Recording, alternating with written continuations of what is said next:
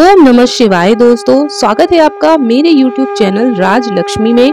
आज मैं आपको हल षष्ठी की 6 पावन कथाएं विस्तार पूर्वक सुनाने जाने वाली हूँ। हर पूजा पाठ के पहले जैसे कि आप लोगों को पता है कि गणेश जी की पूजा और गणेश जी की कथा कही जाती है, इसलिए सबसे पहले मैं श्री गणेश जी की कथा आपको सुनाऊंगी। तो चलिए शुरू करते हैं। हाथ में महुआ और चावल ले लें और हर एक कथा के बाद महुआ और चावल भगवान के ऊपर अर्पित करें, और जब फिर से नई कथा स्टार्ट हो तो आप फिर से महुआ और चावल हाथ में रख लें। तो चलिए कथा प्रारंभ करते हैं। पहली कथा। एक बार की बात है, एक गांव में एक औरत अपनी लड़की के साथ झोपड़ी में रहती थी। एक दिन पास के गांव में गणेश जी का मेला लगा। गांव के सभी बच्चे इस मेले में जाने लगे।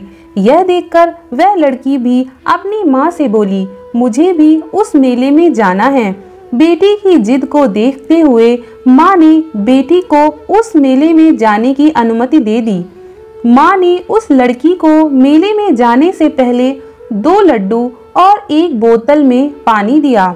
माँ ने कहा कि इसमें से 1 लड्डू और थोड़ा पानी गणेश जी को दे देना और 1 लड्डू और बाकी पानी तुम पी लेना। वह अपनी माँ को ठीक है कहकर मेले में चल पड़ी। मेले में जाकर लड़की मेला देखने लगी। इसके बाद शाम हो गई। सभी लोग मेले से घर की तरफ जाने लगे। तभी लड़की को अपनी माँ की बात याद आई। वह लड़की गणेश की मूर्ति के सामने बैठ गई और उसने कहा कि गणेश जी आप 1 लड्डू खा लो और पानी पी लो, इसके बाद मैं घर चली जाऊंगी। बहुत देर हो गई लेकिन गणेश भगवान नहीं आए तो वह लड़की भी बैठी रही। गणेश भगवान ने सोचा, जब तक मैं यह लड्डू और पानी नहीं पीऊंगा तब तक यह अपने घर नहीं जाएगी, और पहले से ही बहुत देर हो चुकी है। इसलिए गणेश भगवान एक लड़के का रूप बनाकर उस लड़की के सामने आ गए। उन्होंने लड़की से 1 लड्डू लेकर खा लिया और पानी पी लिया। इसके बाद गणेश भगवान उस लड़की से बोले कि तुमको क्या चाहिए, मांगो। लड़की मन ही मन सोच रही थी कि अब इनसे बड़ा घर मांगू कि धन मांगू या अच्छे कपड़े मांगू। यह सोच ही रही थी कि गणेश भगवान को उसके मन की इच्छा का पता चल गया। उन्होंने उस लड़की को कहा कि तुम अपने घर जाओ, तुमने जो सोचा है वह पूरा हो जाएगा। इसके बाद वह लड़की अपने घर चली गई। उसने घर जाकर देखा तो उसने जो भी सोचा था वह सब पूरा हो गया। उसे एक बड़ा घर, धन और कपड़े सब मिल गए। लड़की ने अपनी माँ को सारी बात बताई। उन्होंने गणेश भगवान की पूजा की और भोग लगाया। इस तरह गणेश भगवान अपने सभी भक्तों की इच्छा पूरी करते हैं।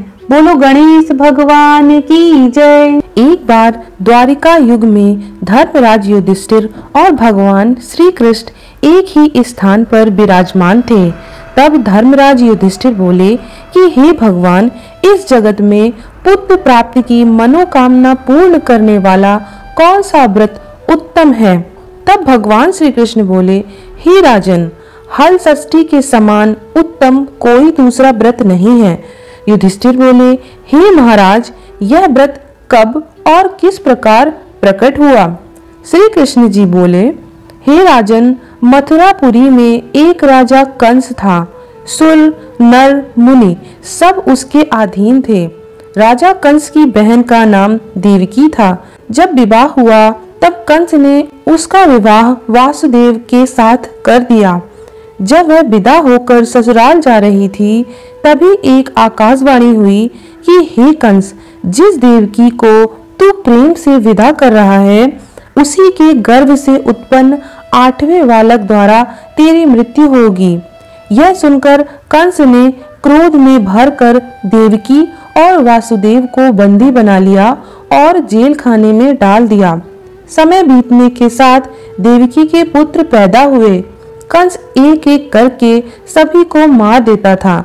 इस प्रकार जब देवकी के 6 पुत्र मारे गए तो एक दिन देवलोक से महामुनि नारद देवकी से मिलने जेल खाने पहुंचे और उसे दुखी देखकर कारण पूछा। देवकी ने रोते हुए सारा हाल बताया।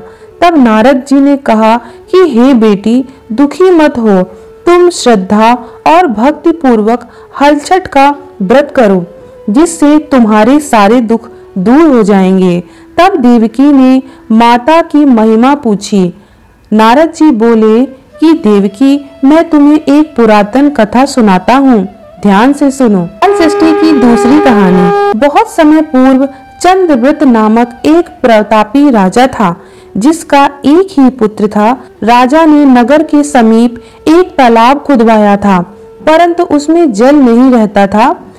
कितना भी जल भरा जाए, परंतु वह सूख ही जाता था। जलहीन तालाब को देखकर नगरवासी राजा को कोसते थे। राजा सदैव दुखी रहते और कहते थे कि मेरा धन और धर्म दोनों नष्ट हो गया है। एक दिन स्वप्न में गरुड़ देव ने राजा से कहा कि हे राजा, यदि तुम अपने पुत्र की बलि दोगे तो तालाब जल से भर जाएगा। प्रातःकाल राजा ने स्वप्न की बात दरबार में बताई और कहा कि मैं अपने पुत्र का बलिदान नहीं कर सकता, चाहे तालाब में पानी रहे या ना रहे। राजा की बात सुनकर राजकुमार बोला, मैं स्वयं अपनी बलि दे दूंगा, क्योंकि मेरे बलिदान से पिता का सुयश बढ़ेगा और जनता को खुशी मिलेगी। यह कहकर राजकुमार स्वयं तालाब की तलहटी में जाकर बैठ गया और उसके प्रभाव से तालाब तत्काल जल से भर गया। उसमें कमल के पुष्प खिल गए तथा सभी जल जंतु बोलने लगे। राजा ने यह समाचार सुना और दुखी होकर वन को चला गया। वन में 5 स्त्रियां हल षष्ठी माता की पूजा कर रही थीं। राजा द्वारा व्रत विधि पूछने पर स्त्रियों ने माता की महिमा का वर्णन किया, जिसको सुनकर राजा वापस लौट आए और रानी से कहा कि तुम भी हल षष्ठी माता का व्रत तथा पूजन करो। राजा की बात सुनकर रानी उसी दिन से व्रत रखकर पूजा करने लगी, जिसके प्रभाव से कुछ समय बाद राजकुमार तालाब से बाहर आकर खेलने लगा। राजा यह सुनकर प्रसन्न हुए और राजकुमार को महल ले आए। तभी से रानी प्रतिवर्ष हर षष्ठी माता का व्रत करने लगी। हर षष्ठी माता की तीसरी कथा। उज्जैन नगरी में एक पुरुष की 2 स्त्रियां रेवती तथा मानवती थीं। भाग्य से मानवती के 2 पुत्र थे, परंतु रेवती के कोई संतान न थी। सौत के 2 लड़कों को देखकर वह हमेशा ईर्ष्या से जला करती थी। एक दिन ईर्ष्या के वशीभूत होकर वह मानवती से बोली कि हे बहन, तुम्हारे पिता बहुत बीमार हैं, उन्होंने तुम्हें देखने के लिए बुलवाया है। अभी एक राहगीर यह संदेश देकर गया है। यह सुनकर मानवती अपने दोनों पुत्र रेवती को सौंपकर पति की आज्ञा लेकर अपने पिता के घर चली गई। इधर रेवती ने सौत के दोनों लड़कों को मारकर गांव के बाहर जंगल में फेंक दिया। उधर मानवती पिता को सकुशल देखकर चकित हुई और अनिष्ट का आशंका से वापस लौटने लगी। तब मानवती की माता बोली कि हे बेटी, आज हल षष्ठी माता का व्रत है, अतः आज मत जाओ। बात सुनकर मानवती ने व्रत रखकर शाम को हल षष्ठी माता का पूजन किया और प्रार्थना की कि हे माता, मेरे बच्चों को संकट से बचाए रखना तथा दीर्घायु करना। दूसरे दिन वह माता पिता को प्रणाम करके अपने घर चली। गांव के बाहर अपने दोनों बच्चों को खेलता देखकर सोचने लगी कि मेरे बच्चों को यहाँ कौन लाया। तब बच्चों ने कहा, हमें तो विमाता रेवती ने मारकर यहाँ फेंक दिया था। सायंकाल देवी माता आकर हमें जीवन दान दे गई हैं। इसे हल षष्ठी माता की कृपा मानकर मानवती माता का गुणगान करती हुई अपने घर को गई। गांव की सभी स्त्रियां सुनकर आश्चर्य करने लगी और उसी दिन से सभी हल षष्ठी माता का पूजन तथा व्रत करने लगी। हल षष्ठी माता की चौथी कथा। दक्षिण दिशा में पहाड़ों के बीच सघन वन में एक गांव बसा हुआ था।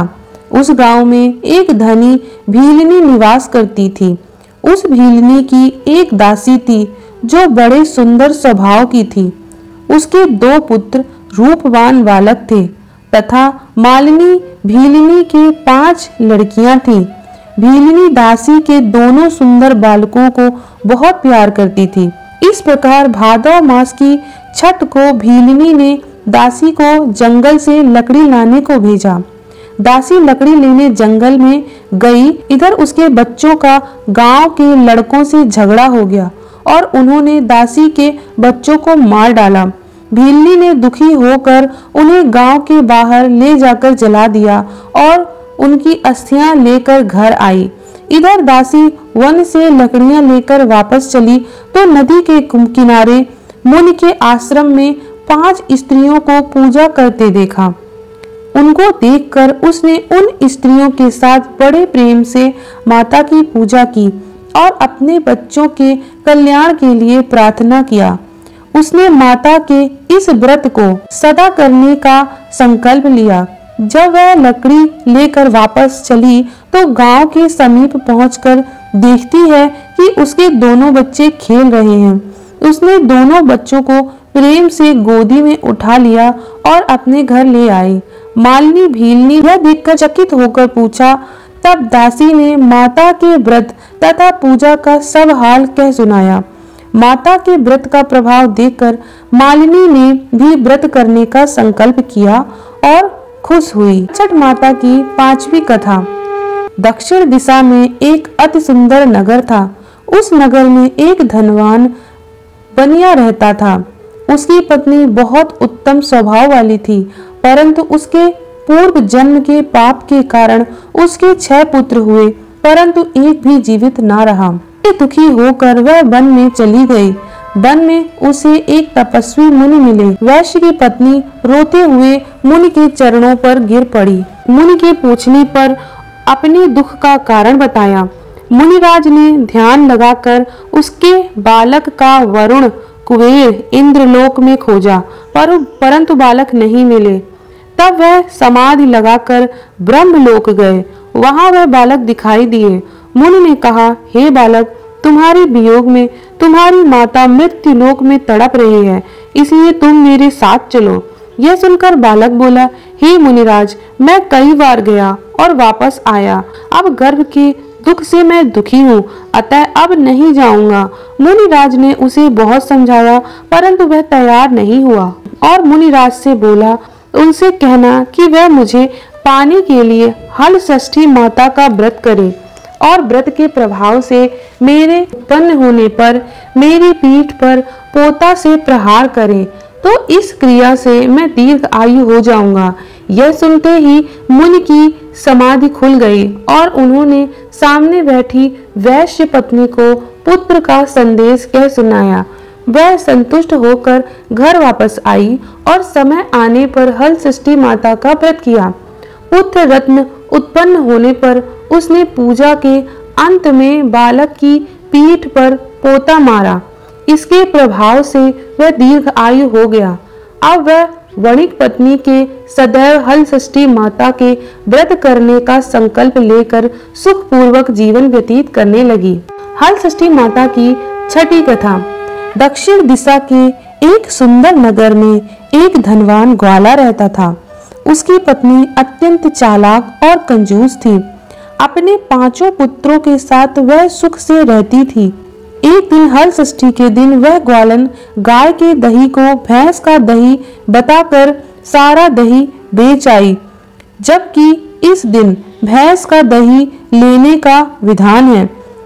उसके इस पाप से 5 पुत्र मर गए। तब ग्वालिन माथा पटक पटक कर रोने लगी। इतने में उसकी एक पड़ोसन ने आकर उसका हाल पूछा। उसने रोते हुए सारी बात बताई। तब वह बोली, हे ग्वालन, तुम तुरंत सभी के घर जाकर वह दही वापस लेकर भैंस का दही देकर आओ। यह सुनकर ग्वालन सभी के घर जाकर वह दही वापस लेकर भैंस का दही देकर आई, जिससे हल षष्ठी माता का कोप शांत हो गया और उनकी कृपा से ग्वालन के 5 पुत्र जीवित हो गए। वह ग्वालन भी उस दिन से हल षष्ठी माता का व्रत तथा पूजन करने लगी। अतः अब उसका जीवन सुखमय व्यतीत होने लगा। बोलिए हल षष्ठी माता की जय। तो दोस्तों, अगर आपको हमारी वीडियो पसंद आई हो तो इसे लाइक करें, शेयर करें और चैनल को सब्सक्राइब करना ना भूलें। हमारे वीडियो पर अंत तक बने रहने के लिए